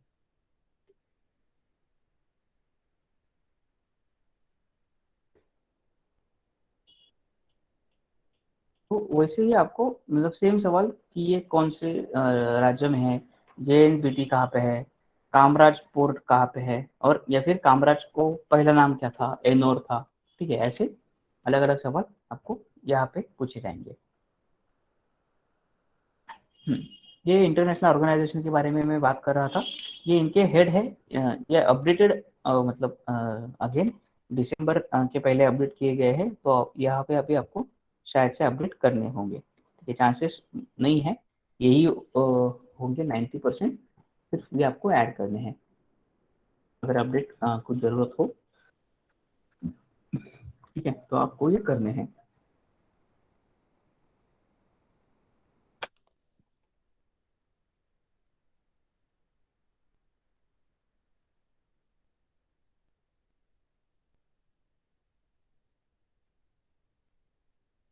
फुल फॉर्म भी दिया है, उसका हेडक्वार्टर कहाँ पे है वो भी दिया है। ठीक है, नवंबर दिसंबर तक यही लोग थे। अब शायद से दो दो तीन महीने में अगर कुछ चेंजेस है तो आपको ऐड करने हैं। ओके, यहाँ पे देखिए फुल फॉर्म भी दिया है इसका।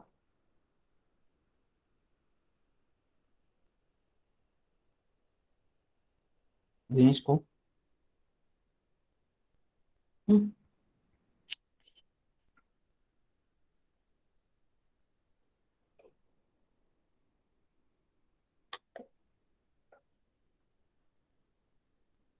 तो आपको फुल फॉर्म भी पूछेंगे, हेडक्वार्टर भी पूछेंगे और उनके हेड भी पूछेंगे। तो ऐसे तीनों सवाल यहाँ पे आ सकते हैं। ठीक है, ये पूरा फैक्चुअल इंफॉर्मेशन है। ठीक है। ये आप मतलब ये दिया है इम्पोर्टेंट बाउंड्रीज लाइन। ये जो हाईलाइट किया है वही आपको पूछे जाएंगे। मतलब चांसेस ऑलमोस्ट मतलब 5 तक का ये है कि इस पे से सवाल पूछा जाएगा, लेकिन पूछे जा सकते हैं। अभी जो युद्ध हो रहा है, ठीक है, तो अभी वॉर के कंटेक्स्ट में ये जो है ये बहुत ज़्यादा इम्पोर्टेंट हो जाता है। ठीक है, ये रशिया जो है ये इम्पोर्टेंट हो जाता है।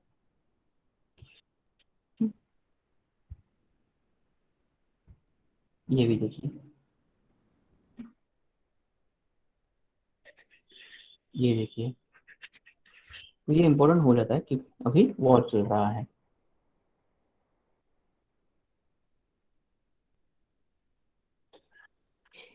ठीक है, तो जनरली आपको क्या पूछा जाएगा कि फॉर एग्जांपल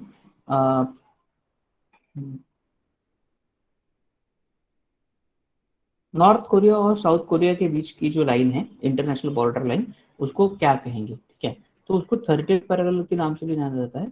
तो 30th क्या है, ये जो लॉन्जिट्यूड है ऐसे जो होते हैं, ये लॉन्जिट्यूड जो होता है, सॉरी लैटिट्यूड जो होते हैं, ये 30th लैटिट्यूड है, 38 डिग्री पे ये है।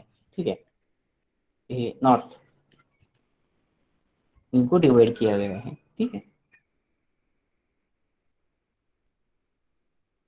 जो हाईलाइट किए गए हैं वही आपको करना है। यहाँ पे देखिए फेस्टिवल जो मैंने बताया था वो दिए है। जो एडिशनल है आपके नोट्स में भी, जो पहले हम लोगों ने देखे वो भी आपके नोट्स में है। ठीक है, यहाँ पे हर एज का स्टेट के जो इम्पोर्टेंट ये है फेस्टिवल्स है उसके बारे में दिया है।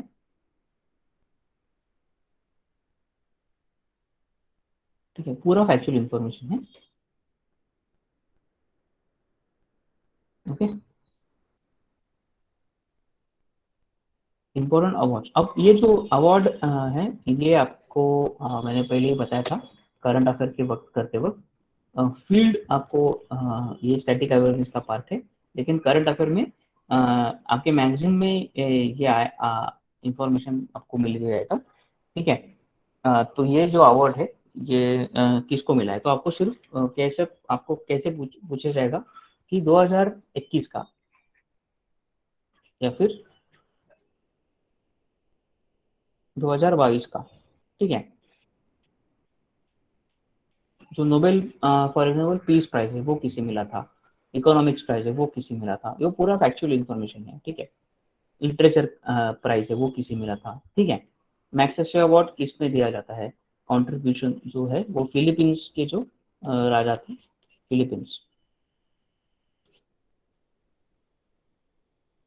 फिलीपींस के राजा थे।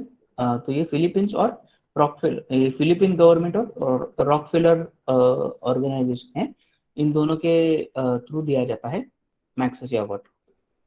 ठीक है, तो इस साल मतलब एक साल में वो 5-6 लोगों को मिलता है जनरली। अगर किसी भारतीय व्यक्ति को 2021 में किसी भारतीय व्यक्ति को नहीं मिला है, अगर 2022 में किसी भारतीय व्यक्ति को मिलता है तो उसके बारे में आपको पता होना चाहिए। ऑस्कर अवार्ड में फिल्म इंडस्ट्री में मैंने बताया था कि आपको कौन से जो ये है अपने बेस्ट डायरेक्टर को करना है, बेस्ट एक्टर आपको करना है, बेस्ट एक्ट्रेस और बेस्ट पिक्चर, ये 4 कैटेगरी में आपको सवाल पूछे जाएंगे कि बेस्ट एक्टर अवार्ड किसको मिला था। जैसे कि 2021 का best actor award Anthony Hopkins को मिला था, और बेस्ट पिक्चर था 2021 का नोमैडलैंड।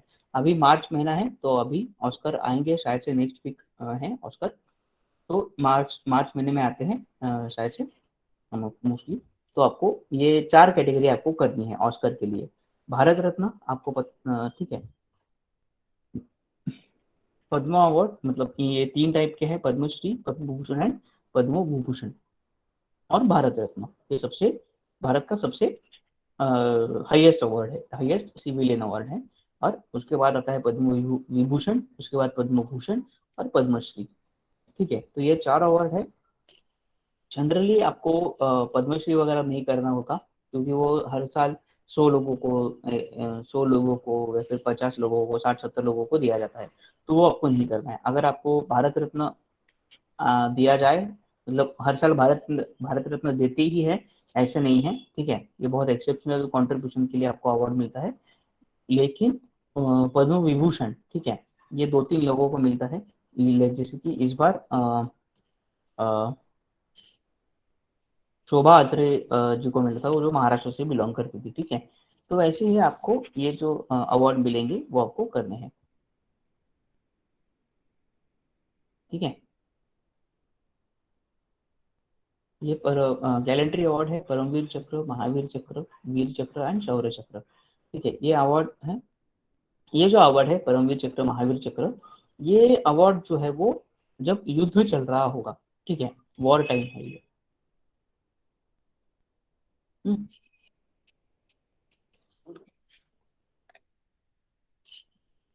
उसके बाद बुकर प्राइज लिटरेचर में है।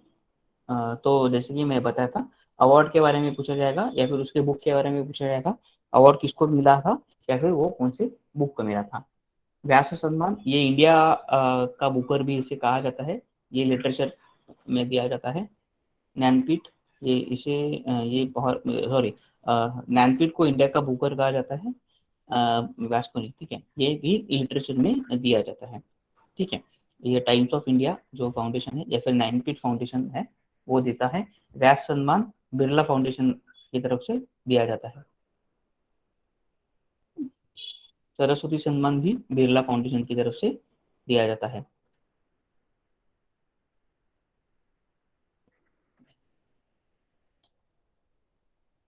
अर्जुन अवार्ड ये गवर्नमेंट ऑफ इंडिया देती है स्पोर्ट्स के लिए, बिहार। ठीक है, दादा साहेब फाल्के अवार्ड ये गवर्नमेंट ऑफ इंडिया देती है। Last time Dada Saheb Phalke award किसे मिला था, रजनीकांत जी को मिला था, लास्ट का अवार्ड। ठीक है, 2021-20 का अवार्ड 2021 में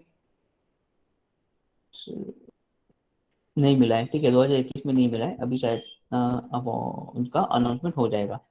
ठीक है, अब राजीव गांधी खेल रत्न अवार्ड ये इस साल इम्पोर्टेंट है, क्योंकि राजीव गांधी खेल रत्न अवार्ड का नाम बदल कर अभी मेजर ध्यानचंद खेल रत्न अवार्ड ये रखा गया है। ठीक है, और इस भारत में जो ओलंपिक में बहुत अच्छा कामगिरी किया था, उसके बाद हमारे जो प्राइम मिनिस्टर हैं श्री नरेंद्र मोदी जी, उन्होंने इसका नाम बदल के राजीव गांधी खेल रत्न से बदल के ये रखा था ध्यानचंद अवार्ड। ठीक है, ध्यानचंद मेजर ध्यानचंद अवार्ड ये एक अलग अवार्ड है, और अभी मेजर ध्यानचंद खेल रत्न अवार्ड ये दूसरा अवार्ड है। ठीक है, तो ये जो है आगा खान, ये आर्किटेक्चर में दिया है, प्रिtzker आर्किटेक्चर। तो ये अवार्ड से ज्यादा इस किस फील्ड में दिया जाता है ये ज्यादा इंपॉर्टेंट होता है। ठीक है, शांति स्वरूप भटनागर अवार्ड ये भी science and technology, Kalinga award ये साइंस है। तो इसे इसका फील्ड इंपॉर्टेंट है। एबेल प्राइज, इसको मैथमेटिक्स का नोबेल भी कहा जाता है। ठीक है, ये गवर्नमेंट ऑफ इंडिया देती है। ये साल 2021 में अ, अक्षय पात्र फाउंडेशन को मिला था। अब 2022 में जो आपको करंट अफेयर में आ जाएगा। ठीक है, ऐसे अलग अलग बहुत सारे अवार्ड दिए जाते हैं। ठीक है, तो वो स्टैटिक में भी आपको पूछेंगे, स्टैटिक में भी और करंट अफेयर में भी। ठीक है, स्टैटिक और करंट अफेयर इन दोनों में आपको वो पूछ लेंगे। ठीक है, ये आप देख सकते हो कि मतलब चांसेस बहुत कम है अभी आने के, लेकिन ये जो हाईलाइटेड पार्ट है फेमस सिटीज, स्पेशली रेलवे और स्टाफ सिलेक्शन कमीशन की जो एग्जाम है उसमें से ये उस में ये सवाल आ सकते हैं। ठीक है,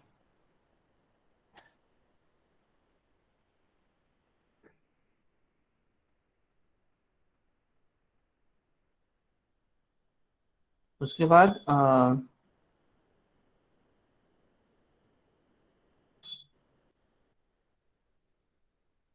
हम्म, हाँ सी एच एस एल में भी ये इम्पोर्टेंट है। सी एच एस मतलब एस एस सी का जो भी एग्जाम होगा, रेलवे का जो भी एग्जाम होगा उसमें ये बैंकिंग का भी जो भी एग्जाम होगा उसमें ये पूछा जाएगा। ये आपको इंटरनेशनल ऑर्गेनाइजेशन के बारे में समिट है। ये 2021-20 की जो समिट हुई थी उसके यहाँ पे है। जो 2022 की जो समिट होगी वो आपको करंट अफेयर के इसमें आपको इंफॉर्मेशन मिल जाएगी, तो आप इसमें ऐड कर सकते हो। ठीक है, इसका एक ऑर्गेनाइजेशन दिया है, उसका एस्टेब्लिशमेंट कब हुआ था वो दिया है, मेंबर कंट्री कौन से हैं वो दिया है। ठीक है, G20 समिट, तो ये अलग अलग दिया है। ठीक है, ये कौन सा होने वाला है वो भी दिया है। कई कई जगह पे 2022 का नहीं दिया है, तो वो सिर्फ आपको ऐड करना होगा। ठीक है, देखिए एडीबी यानी एशियन डेवलपमेंट बैंक, एडीबी यानी एशियन डेवलपमेंट बैंक। नाटो, ये बहुत ज़्यादा इंपॉर्टेंट है, अभी न्यूज में है। North Atlantic Treaty Organization 29 member है, ये भी आपको पूछा जाएगा। 29 मेंबर है, कब इसका एस्टेब्लिशमेंट हुआ था वो भी आपको पूछा जाएगा। 1963 में हुआ था शायद से, ईयर पता था।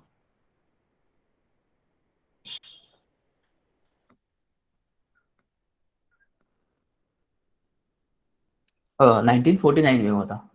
ठीक है, इसका जो फॉर्मेशन था वो 1949 में हुआ था नाटो का। और लास्ट जो समिट है वो अभी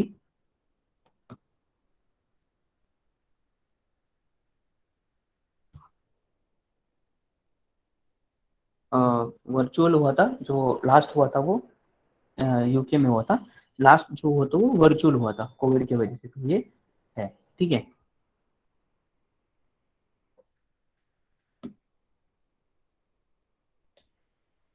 तो ये दिया है, ऐसे अलग अलग ऑर्गेनाइजेशन है उनके हेडक्वार्टर के बारे में दिया है। ठीक है,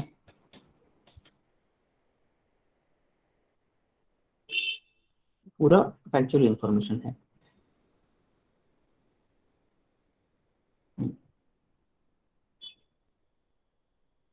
ये आपको list of reports and indexes, जैसे कि मैंने बताया था, अगर कोई लिस्ट ऑफ तो स्टैटिक इंफॉर्मेशन में आपको ये सवाल आ जाएगा कि ईज ऑफ डूइंग बिजनेस में ये जो रिपोर्ट है वो कौन सी ऑर्गेनाइजेशन निकालती है। लेकिन आपको एडिशनल क्या पॉइंट करने होंगे, यहाँ पे भी ने लिखा है। ठीक है, रिपोर्ट या फिर हम लोग इंडेक्सेस की अगर हम लोग बात कर रहे हैं, तो आपको किस प्रकार का इंफॉर्मेशन क्वेश्चन पूछा जाएगा, विच ऑर्गेनाइजेशन, वो रिपोर्ट का कुछ सेंट्रल थीम है क्या, इंडिया के बारे में उसने कुछ कमेंट किया है क्या। ठीक है, उसके साथ एच डी आई फॉर अगर हम लोग बात करें, ह्यूमन डेवलपमेंट इंडेक्स, तो वो डेवलपमेंट इंडेक्स जो है वो यूएनडीपी करके एक ऑर्गेनाइजेशन है, यूनाइटेड नेशन डेवलपमेंट प्रोग्राम। ये जो है वो ऑर्गेनाइजेशन इसको लाती है। ठीक है, तो पहले 3 देश और लास्ट के 3 देश और भारत का रैंक, ठीक है, भारताचा रँक और पहले 3 देश ये हमें पता होने चाहिए। ये सब जो इन्फॉर्मेशन होगा पहले 3, लास्ट के 3 और करंट भारत का रैंक, ये आपके करंट अफेयर में से ऐड हो जाएगा। ये जो स्टैटिक बाद में जो स्टैटिक इन्फॉर्मेशन होगा वो यहाँ पे आपके नोट्स में दिया है। ठीक है,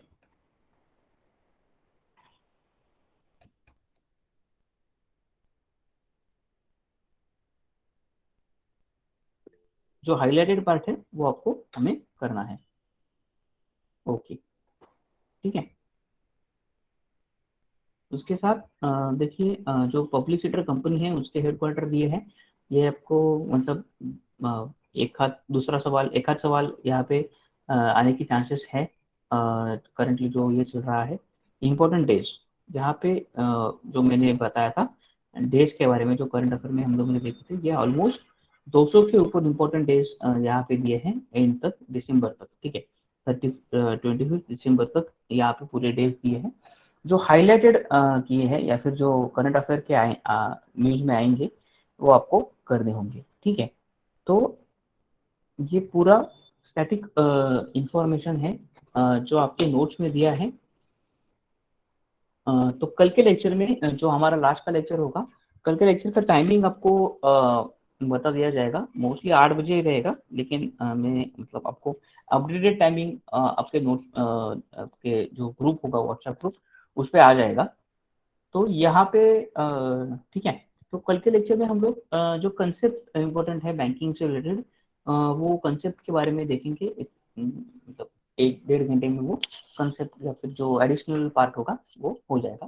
फिर उसके बाद आपका लास्ट लेक्चर है कल। तो ठीक है, तो मिलते हैं, आज के लिए इतना ही, यहीं पे रुकते हैं। Good night and thank you.